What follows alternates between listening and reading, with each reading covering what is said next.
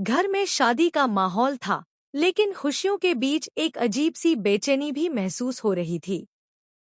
आर्यवर्धन और अनु दोनों ही कुछ समझ नहीं पा रहे थे, क्योंकि झंडे पिछले कुछ समय से बेहद चुप और गंभीर था। उसकी आंखों में जैसे कोई बड़ा फैसला छुपा हुआ था। सिमरन मंडप के पास खड़ी थी। उसकी आंखों में आंसू थे।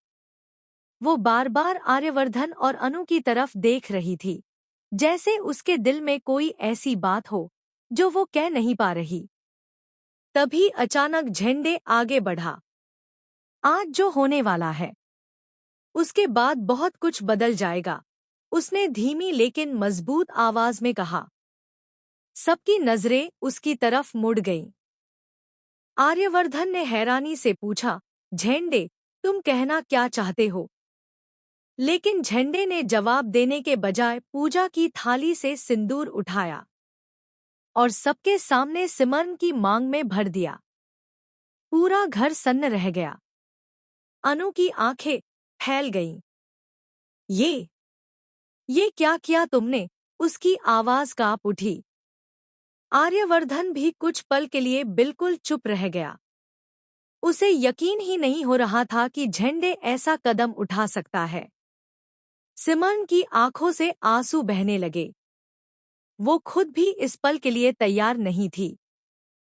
झंडे, उसके होंठ कांपे, लेकिन शब्द बाहर नहीं आ पाए। झंडे ने उसकी तरफ देखा। मैं अब तुम्हें अकेला नहीं छोड़ सकता, उसने भावुक होकर कहा। बहुत देर तक हम दूसरों के फैसलों के पीछे छुपते रहे, लेकिन अब नहीं। माहौल पूरी तरह बदल चुका था। अनु आगे बढ़ी। लेकिन अचानक ये सब क्यों? उसने सवाल किया। क्या सिर्फ प्यार की वजह से, या इसके पीछे कोई और सच भी है? झंडे कुछ सेकंड तक चुप रहा। उसके चेहरे पर दर्द साफ दिखाई दे रहा था। क्योंकि अगर मैंने आज ये कदम नहीं उठाया, उसने भारी आवाज में कहा, तो शायद मैं सिमरन को हमेशा के लिए खो देता। ये सुनते ही आर्यवर्धन का चेहरा गंभीर हो गया। तुम किसी खतरे की बात कर रहे हो? उसने तुरंत पूछा। झंडे ने धीरे से सिर झुका लिया।